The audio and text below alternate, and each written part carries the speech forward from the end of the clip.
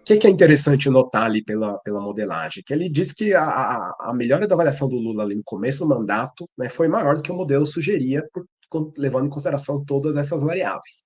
Né? E essas linhas vão se cruzar justamente ali, mais ou menos no meados do ano passado, né, quando essas linhas se cruzam, e na ponta que acontece um descolamento bastante expressivo. Né? Agora, no primeiro trimestre, o modelo sugeriria uma avaliação líquida do governo ligeiramente positiva, então de 2, 3 pontos percentuais, é baixo, mas seria ligeiramente positivo, e a última leitura do Datafolha está dando menos 17.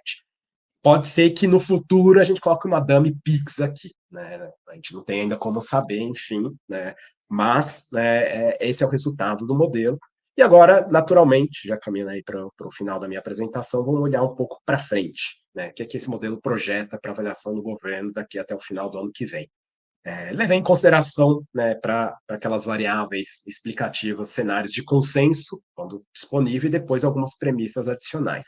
Só para lembrar, né, quem está assistindo, o que é o cenário de consenso? É um câmbio depreciando lentamente até chegar em 6 no final do ano que vem. Hoje, inclusive, ele bateu 5,60, né, depois da história, né, dos anúncios do Trump ontem. Né, um IPCA que nesse ano em torno de 5,5, caminhando para 4,5 ano que vem, um desemprego que sai de 6,5 hoje, em termos desses analisados, e bate em 7,5 no final do ano que vem. Então, uma alta do desemprego, mas tem uma queda da inflação mais ou menos da mesma ordem de grandeza. Então, o Misery Index praticamente não muda muito se a gente comparar hoje com o final do ano que vem. Óbvio que tem alguma oscilação, né, nesse ínterim.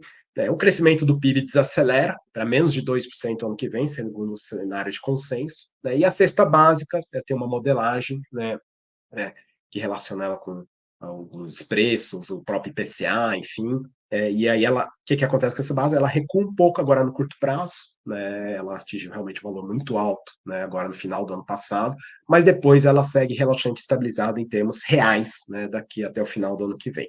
Levando em consideração esse conjunto de premissas, né?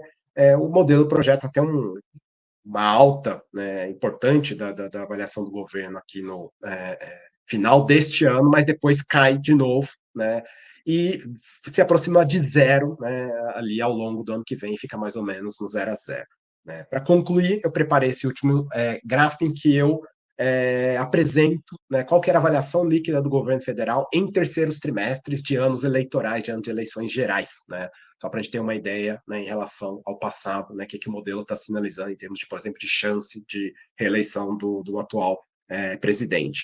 Né. Como vocês podem ver, o modelo projeta uma avaliação líquida ligeiramente positiva, né, levando em consideração esse cenário de consenso, em torno de 2,5 pontos,